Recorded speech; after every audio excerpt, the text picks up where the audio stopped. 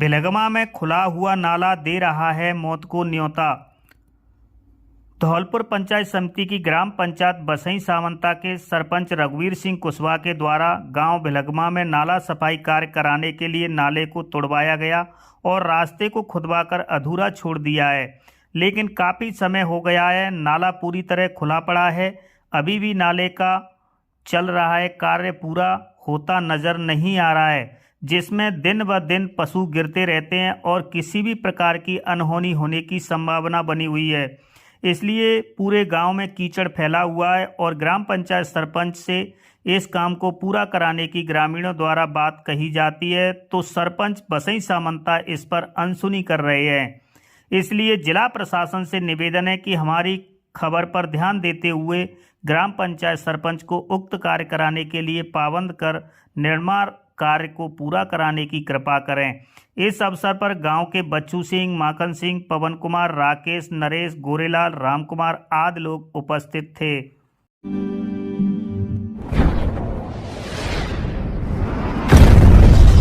राजस्थान जिला परिषद सभागार में उप जिला प्रमुख व जिला परिषद सदस्यों का हुआ प्रशिक्षण कार्यक्रम।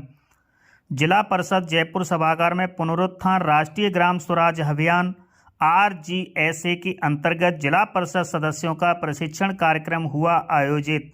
उप जिला प्रमुख मोहन नागर ने पत्रकार W गोस्वामी को बताया, कार्यशाला में प्रशिक्षण चीफ प्लानिंग ऑफिसर राधेश्याम जलूथरिया व विकास अधिकारी रामचंद्र सैनी ने सदस्यों को प्रशिक्षण दिया। प्रशिक्षण में जिला परिषद पंचायत समिति एवं ग्राम पंचायत की भूमिका एवं दायित्वों व जिला परिषद के कृत्यों और शक्तियों के बारे में सदस्यों को विस्तार से जानकारी दी। प्रशिक्षण में उप जिला प्रमुख मोहन डागर ने अपने पंचायती राज के अनुभव बताए। इस अवसर पर उप जिला प्रमुख जयपुर मोहन डागर, जिला परिषद सदस्य हरिनारायण गठला, हर साह यादव, वन बिहारी मीणा, सुरेंद्र सिंह बराला, विजय मीणा, राम रतन नासना, पवन कुमार वर्मा, जगदीश नारायण, मनोहर लाल, जितेंद्र चौधरी, महेंद्र नील उपस्थित थे।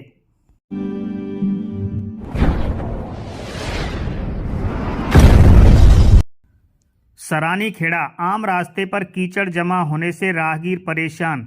पानी निकासी के लिए नहीं है नाले की व्यवस्था। आए दिन महिलाएं एवं बच्चे फिसलकर हो जाते हैं घायल।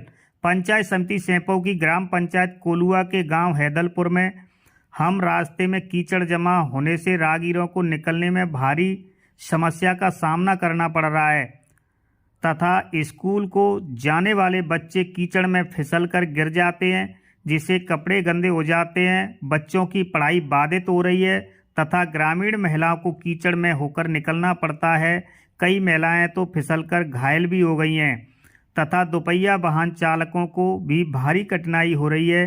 ग्रामीणों की शिकायत है कि ग्राम पंचायत सरपंच ने आधे गांव में RCC खरंजा करवा दिया है, लेकिन सरपंच की लापरवाही से ग्रामीणों को भारी परेशानी का सामना करना पड़ रहा है। ग्रामीणों की मांग है कि मैं नाली RCC खरंजा करवाया जाए। मेरा नाम शकुंतला है और यहाँ पे बच्चे में पानी है, वोट मांगे तो हाल आ जाते हैं। यहाँ पर ये नहीं है कि यहाँ पे व्यवस्था नहीं होती। यहाँ पे देखो खरंजा नहीं हो रहा है, पानी में डोलते फिर रहे हैं और क्या कहते हैं, और बहुत परेशानी हो रही है। सब पूरा गांव इधर पानी में करके जाता है। पूरे गांव का पानी आवे, पूरा गांव का पानी आवे और यहाँ पे कोई व्यवस्था नहीं बन रही है, ना तो खरंजा बननी है यहाँ पे। और बताओ इस पानी में क्या करें। पूरे गांव का। मेरा नाम गोपाल हुआ, हैदलपुर गाँव है, और जहाँ बच्चा आवत है बे बाप पानी में गिर जाता है और मंदिर पे चप्पल अंते खड़ा था और पानी पूरे गांव का पानी धार जाइलंग दे दो। पानी की रुकावट है, सब बच्चा गिरते जामे।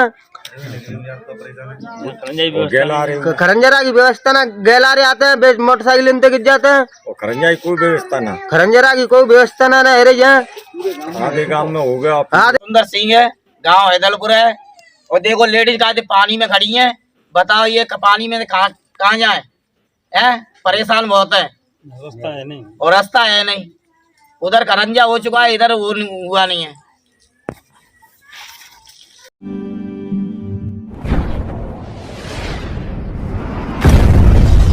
कुंभकर्ण की नींद में नगर पालिका, गायों के लिए नहीं कोई व्यवस्था। पिछली बार सर्दियों में रिकॉर्ड तोड़ मौतों के बावजूद नहीं बनाया गया कोई प्लान। जैसा कि आपको सर्वविदित है कि जैसे जैसे सर्दियों का सितम बढ़ता जा रहा है, तापमान में गिरावट आती जा रही है, सर्द हवाओं के कारण ठिठुरन भी बढ़ रही है। जहां एक ओर आमजन का जीवन सर्दियों के कारण प्रभावित है, वहीं दूसरी ओर गाय, जिनके लिए सर्दियों के दिनों में कोई आवास नहीं है, कोई व्यवस्था नहीं है, न ही नगर पालिका ने अभी तक अलाव की व्यवस्था की है, ऐसे बेजुबान जानवरों की जिम्मेदारी आखिर किसकी है? एक तरह से कह सकते हैं कि बाड़ी नगर पालिका कुंभकर्ण की नींद में है, जिसके कारण गायों के लिए न तो कोई व्यवस्था की गई है और ना ही अलाव की व्यवस्था की गई है, ना ही चिकित्सकों को व्यवस्था की गई है। ऐसे में आखिरकार इनका रखवाला कौन होगा? सूत्रों की माने तो पिछली बार भी गायों की रिकॉर्ड तोड़ मौत हुई थी, लेकिन जिसकी जवाबदेही कौन लेगा, कौन देगा, यह भी किसी को पता नहीं। लेकिन जब सरकारी आदेशों के चलते औपचारिकता के लिए मीटिंग आयोजित की जाती हैं, जिसमें सर्वसम्मति से सभी मुद्दों पर हाँ भी किया जाता है, लेकिन जिसका जमीनी स्तर पर कार्य शून्य दिखाई पड़ता है, क्योंकि कार्य की समीक्षा करने वाला कोई नहीं है। जैसे तैसे लोग पीड़ित गायों को देखकर नगर पालिका प्रशासन से संपर्क करने की कोशिश करते हैं, तो वह इधर उधर का नंबर देकर अपने जिम्मेदाराना फर्ज से पल्ला झाड़ते हुए नजर आते हैं। बाड़ी के बाजार का ये है हाल। बाड़ी के बाजार में दुकानदारों की स्थिति यह बनी हुई है कि जब वह दुकान बंद करके जाते हैं तो दुकानों के आगे तार बांधकर डंडा पानी डाल कर जाते हैं, जिसमें बेजुबान जानवर उनकी दुकान के नीचे सर्दी में से बचने के लिए सहारा न ले सकें। इसका मुख्य कारण है गायों के द्वारा गोबर करना, लेकिन नगर पालिका के द्वारा सुबह की सफाई कर्मचारियों के माध्यम से सफाई हो जाए तो यह भी समस्या समाप्त हो जाएगी। अपने स्वार्थ के लिए आमजन नहीं करता सहयोग। प्राय देखने में आता है कि ज़्यादा सर्दी का मौसम आता है तो नगर पालिका कभी अलाव की व्यवस्था के लिए लकड़ियां बाजार में डालती है, जिनको लोग अपने स्वार्थ के लिए, अपनी सर्दी को दूर भगाने के लिए जलाकर उसका उपयोग करने लग जाते हैं। लेकिन गायों के नाम पर आई हुई लकड़ियों का सही इस्तेमाल नहीं हो पाता है। जनता पूछती है कि आखिर कब सुधरेंगी व्यवस्थाएं? आए दिन नाले, कुएं, गड्ढे में गिरती हैं गाय। उपखंड में आए दिन गाय कुएं, नाले, गड्ढों में गिरती हैं, लेकिन उनको बंद करवाने, उन पर जाल डलवाने का कार्य आज तक आरंभ नहीं हुआ। सूचना पाकर नगर पालिका कर्मचारियों द्वारा गायों को सुरक्षित निकालने में हर बार सफल हो, ऐसा भी निश्चित नहीं है।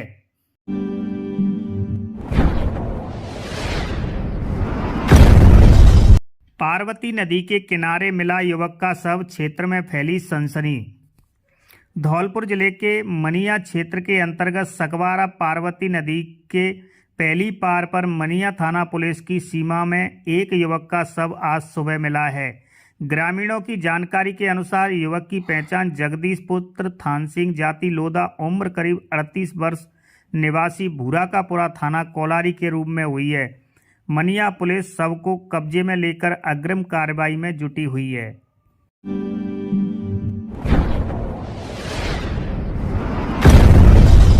बंदी का खेल, फैक्ट्री से निकले युवक ने फूड इंस्पेक्टर के हाथ में पकड़ाया लिफाफा, सामने आया सच, कलेक्टर तक पहुंचे पूरे वीडियो, बोले कार्रवाई करेंगे।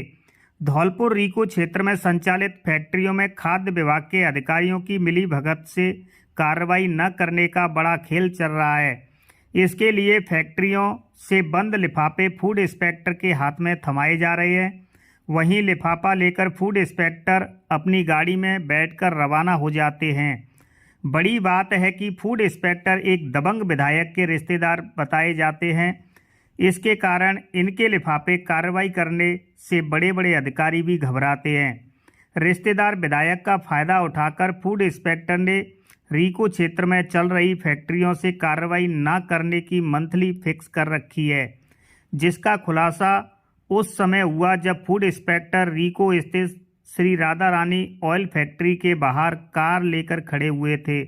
इसी दौरान फैक्ट्री से निकले एक युवक ने फूड इंस्पेक्टर के पास जाकर उनके हाथ में एक लिफाफा पकड़ाया जिसमें बड़ी रकम बताई जा रही है।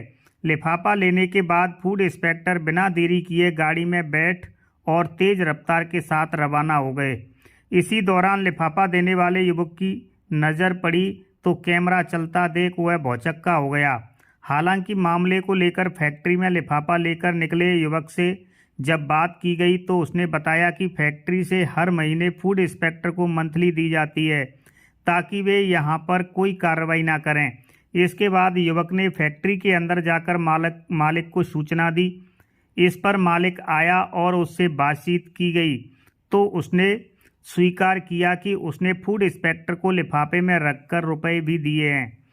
बता दें कि जिले में कार्रवाई न करने के नाम पर खाद्य विभाग में खुलेआम खेल चल रहा है।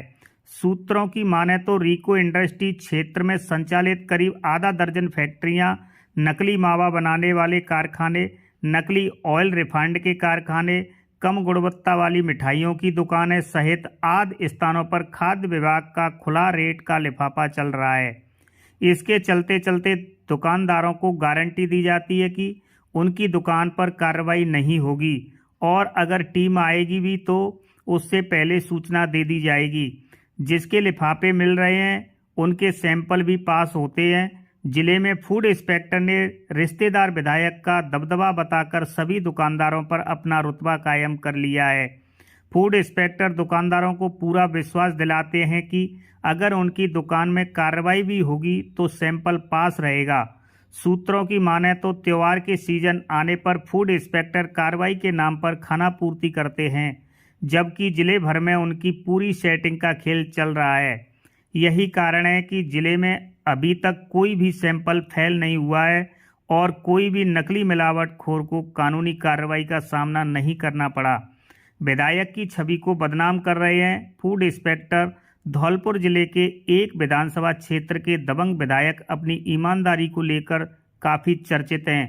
विधायक के पास जो भी जाता है वह वहां से खुश होकर आता है, क्योंकि एक तरफ विधायक जहां स्वच्छ छवि के साथ जनता का काम करवा रहे हैं, वहीं विधायक का रिश्तेदार बताकर फूड इंस्पेक्टर उनकी छवि की किरकिरी करने में लगा हुआ है।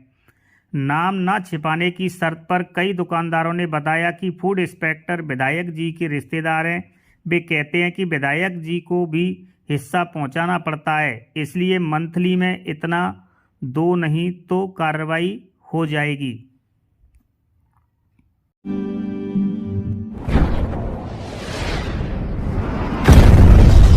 राजकीय उच्च प्राथमिक विद्यालय आंगई में छात्र छात्राओं ने बचल palace road GD computer centre बाड़ी में प्रशिक्षण लिया। व्यावसायिक शिक्षा योजना अंतर्गत भारत सरकार द्वारा कक्षा 11वीं एवं 12वीं में कुल 80 घंटे ऑन जॉब ट्रेनिंग शीतकालीन अवकाश 25 दिसंबर 2022 से 5 जनवरी 2023 के मध्य में किया जा रहा है।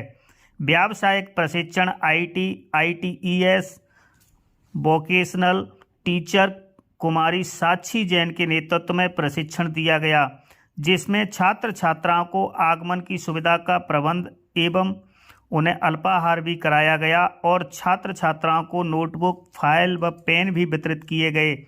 आईटी, आईटीईएस ट्रेड में उन सभी छात्र छात्राओं को उनके भविष्य में स्वरोजगार के लिए प्रोत्साहित किया गया। जीडी कंप्यूटर बाड़ी के संचालक कुणाल बंसल ने उन्हें बेसिक कंप्यूटर फंडामेंटल के बारे में जानकारी प्रदान की। साथ ही साथ RSCIT करना क्यों जरूरी है उसके बारे में भी जागरूक किया। कंप्यूटर आज हमारे दैनिक जीवन में इतना क्यों महत्वपूर्ण है, जानकारियों के साथ साथ अनुशासन का पालन करते हुए प्रशिक्षण लिया। क्या जानकारी देना चाहते हो इन बच्चों के माध्यम से आप कंप्यूटर के प्रति आप बताएं। यहाँ पर हम सबसे पहले किस पर्पस से आए हैं पहले मैं वो बताना चाहूँगी। यहाँ पे ऑन जॉब ट्रेनिंग यानी कि जो हमारी चल रही है अभी 25 तारीख से 5 दिसंबर के बीच में हमें ऑन जॉब ट्रेनिंग करानी है, जो 11th और 12th क्लास के बीच में छात्र छात्राओं को करानी है। जो कि यहाँ पे ऑन जॉब ट्रेनिंग का मतलब है कि आपको आज यहाँ पे जो भी सीखने को मिल रहा है वो आप आगे फ्यूचर में जाकर भी समझा पाएंगे, काम कर पाएंगे उस पर्पज से। तो इसका मतलब ही यही है, आप लोग क्या सीख रहे हैं यहाँ पे जो आपके आगे फ्यूचर में भी काम आएगा। साथ ही साथ हम यहाँ पे क्यों आए हैं और कहाँ पर आए हैं ये मैं बताना चाहूँगी। ये जीडी कंप्यूटर है जो बच्चन पैलेस के पास है। वहाँ पर हम लोग कुछ सीखने के लिए आए हैं जिससे कि हम लोग आगे भविष्य में जाकर कुछ अच्छा कर पाएँ। हमारे 15 राउंड में 3 राउंड में हम 15 स्टूडेंट को यहाँ पर लेकर आए हैं, जैसे कि छात्राएँ दोनों ही हमारे लिए हैं। साथ ही साथ यहाँ पर हमने उनको क्या क्या प्रोवाइड करवाया है, फैसिलिटी दी गई है, जैसे कि उनको स्टेशनरी में हमारी कॉपी और पेन का वितरण किया गया है। साथ ही साथ अल्पाहार में भी उनको अल्पाहार किया कराया गया है। आपका शुभ नाम क्या है भैया? विजय कुमार शर्मा। कहाँ से आए हुए हो? आंगई से। आगे से किस बेस पे आए हुए हो यहाँ बाड़ी? हम गवर्नमेंट स्कूल के छात्र हैं जो कि आईटी के केंद्र पर आए हैं, जहाँ की बाड़ी में जीडी कंप्यूटर सेंटर है जो बच्चन पैलेस के पास है, वहाँ पे आए हैं हम। अच्छा, करीबन कितने छात्र आए हुए हैं आप? हम करीबन 15 अच्छा, करीबन टोटल स्टूडेंट कितने आए हुए हैं आप? 15 के राउंड में करीबन 45 स्टूडेंट। अच्छा, 3 राउंडों में, फर्स्ट राउंड में 15 स्टूडेंट हैं। अच्छा, कुछ छात्रा भी शामिल हैं क्या? हाँ, छात्रा शामिल। अच्छा, करीबन कितनी होंगी? छात्रा करीबन होंगी 20। अच्छा, 20 छात्रा है। तो आप यहाँ बाड़ी आईटी के बेस पे आई हो, आईटी में आपको क्या मिला, क्या जानकारी मिली कंप्यूटर से संबंधित? कंप्यूटर से संबंधित अनेक जानकारियाँ मिली। जो यहाँ के जीडी कंप्यूटर सेंटर के जो संचालक हैं उनके अच्छे व्यवहार के कारण और उनकी जो बोलने की शैली है उसके द्वारा हमें अनेक जानकारियाँ मिली जो कि हमारे लिए लाभदायक साबित हो सकती है। आपके स्टाफ के साथ कौन आया हुआ है? मैम। अच्छा, उनका मैं नाम? साक्षी जैन। अच्छा, वो आपके विद्यालय की प्रबंधक हैं या कहीं बाहर से आए हुए हैं? नहीं, विद्यालय की प्रबंधक हैं। अच्छा, विद्यालय की प्रबंधक। कंप्यूटर बेस पर हैं? अच्छा, कंप्यूटर के लिए आपकी जैसे ट्रेनिंग हुई है, ट्रेनिंग में आपको क्या प्रावधान हुआ, क्या पुरस्कार के वितरण हुए, क्या आपको प्रावधान हुआ, क्या चीज़ें मिली, उसके बारे में, अल्पाहार के बारे में आप थोड़ा सा बताएंगे? मैं अल्पाहार में समोसे मिले, कोई याद नहीं है, बताओ। कोल्ड ड्रिंक्स मिली और जो पुरस्कार के रूप में हमें कॉपी और पेन का वितरण हुआ। कॉपी और पेन का सभी विद्यार्थियों का बहुत बहुत धन्यवाद आपके लिए। आपका नाम क्या है? सनी जादव। कहाँ से आए हुए हैं? आंगई से। आंगई से। क्या आपको जानकारी कुछ प्राप्त हुई है? उस जानकारी के बारे में बताएं आप। हाँ, हमें मतलब ये राजस्थान में चल रहे RSCIT कोर्स के बारे में यहाँ पर थोड़ी बहुत जानकारी प्राप्त हुई और जो हमारे लिए बहुत लाभदायक हुई। अभी बताया कि RSCIT के लिए हमें प्रावधान होना चाहिए। क्या आप भी शामिल होते हैं उन लोगों को जागरूक करने में कि हमें RSCIT प्रत्येक विद्यार्थी को हमें करना चाहिए?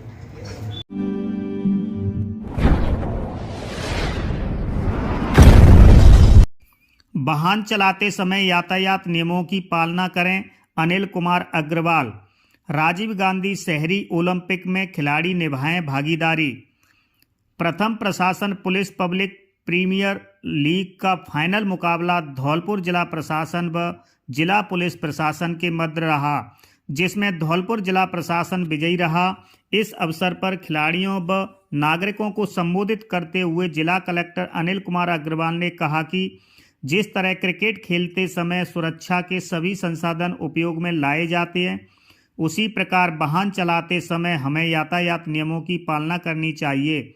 दोपहिया वाहन चलाते समय हेलमेट और 4 पहिया वाहन चलाते समय सीट बेल्ट का उपयोग करना चाहिए।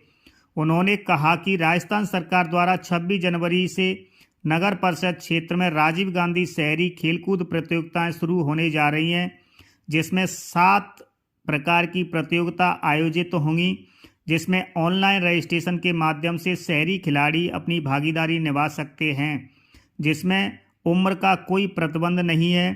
जिला पुलिस अधीक्षक धर्मेंद्र सिंह ने कहा कि केवल चालान से बचने के लिए यदि आप हेलमेट का प्रयोग करते हैं तो आप अपने आप को धोखा दे रहे हैं।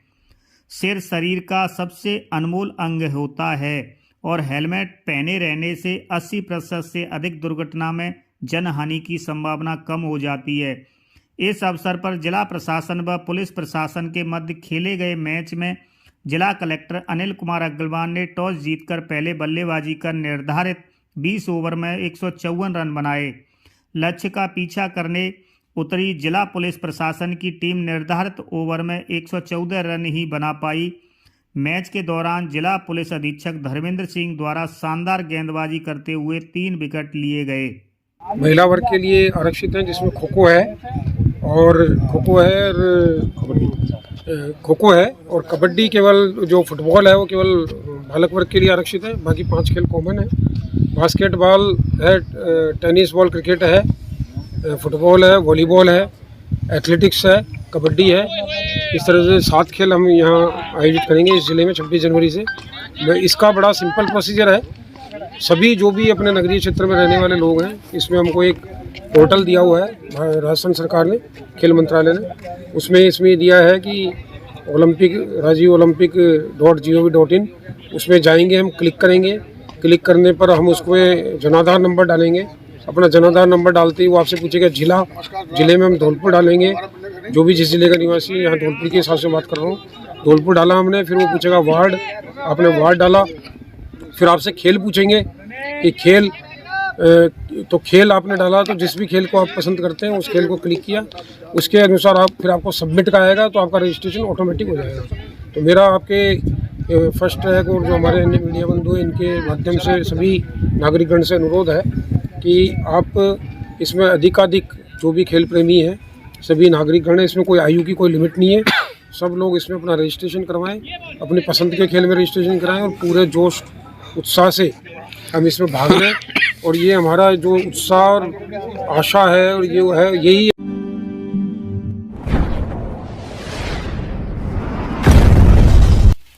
रोशनी ने मिस पिंक सिटी 2022 का खिताब जीतकर गुलाबी नगरी जयपुर में बिखेरी अनोखी गुलाबी रोशनी। जयपुर राजस्थान में प्रतिभाओं को आगे लाने के लिए संस्थाएं कार्यरत हैं। इसी बीच जयपुर में पिंक सिटी के माध्यम से महिलाओं को अपनी खूबसूरती एवं अपनी वैचारिक स्वतंत्रता के बल पर अपनी बेदाग छवि पेश करने के लिए महिलाएं अपनी प्रतिभा के बल पर राज्य में नाम कमाने में लगी हैं। इसी प्रकार से जयपुर शहर के सांगानेर इलाके के प्रताप नगर निवासी गोपाल सैनी की बेटी रोशनी सैनी 21 वर्ष ने अपनी कामयाबी को लेकर अपने परिजनों और सांगानेर वासियों को सफलता का श्रेय दिया। काबिलियत के आधार पर साबित करके दिखा दिया है कि रोशनी सैनी भी मिस पिंक सिटी 2022 का खिताब जीतकर अब गुलाबी नगरी जयपुर की गुलाबी रोशनी बन गई है। चारों ओर गुलाबी नगरी जयपुर में रोशनी के बारे में चर्चा जोरों पर है। कहां और किसने दिया miss pink city award 2022?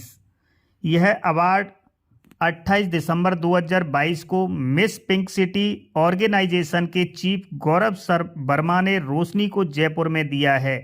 Jaipur सहित पूरे राजस्थान प्रदेश की निगाहें रोशनी सैनी के अगले अचीवमेंट की तरफ हैं और सभी का ध्यान अपनी ओर आकर्षित करना चाहती है। मिस रोशनी ने चंबल ट्रैक न्यूज को इंटरव्यू देकर के बताया कि मेरी सफलता का श्रेय मेरे प्रथम गुरु माता पिता एवं छोटे भाई बहन एवं सभी परिजनों को जाता है, क्योंकि समय के रहते उन्होंने मेरी आवश्यकताओं को पूरा किया और मेरा हर समय सहयोग कर मेरी ओर ध्यान दिया है। उन्हें मुझे हमेशा मेरे लक्ष्य की ओर प्रेरित किया है। पहले कुछ अड़चन आई, लेकिन बाद में सभी परिजन मान गए। Chambal track news 4 DK Kushwaha से वार्ता के दौरान miss pink city Roshni Saini ने बताया कि मेरी सफलता मेरा परिवार है। मेरी यह पहली सीढ़ी है। मैं माता पिता और परिजनों के सहयोग से विश्व की ऊंचाइयों तक जाना चाहती हूं, क्योंकि मेरी सफलता में मेरे परिवार सहित मेरे चाहने वालों का प्रत्यक्ष और अप्रत्यक्ष रूप से सभी का हाथ है। इसलिए मैं अपनी सफलता के पीछे परिजनों सहित सभी मीडिया प्लेटफॉर्म का योगदान मानती हूं और मानती रहूंगी। रोशनी के पिता क्या कहते हैं? रोशनी के पिता गोपाल सैनी ने बताया कि रोशनी मेरी सबसे बड़ी बेटी है। इनका लगाव हमेशा परिवार से कुछ अलग करने का रहा है। मेरी 3 संतान हैं, 2 बेटी और 1 बेटा। रोशनी इस समय MBA सेकंड ईयर की स्टूडेंट है। मैं अपने बेटा बेटी की प्रोग्रेस में किसी भी प्रकार की कमी नहीं आने दूंगा। बेटी को ऊंचाइयों तक ले जाने के लिए हर संभव प्रयास करूंगा। चंबल ट्रैक न्यूज परिवार रोशनी एवं उसके माता पिता को इस सफलता पर हार्दिक बधाई एवं शुभकामनाएं देता है।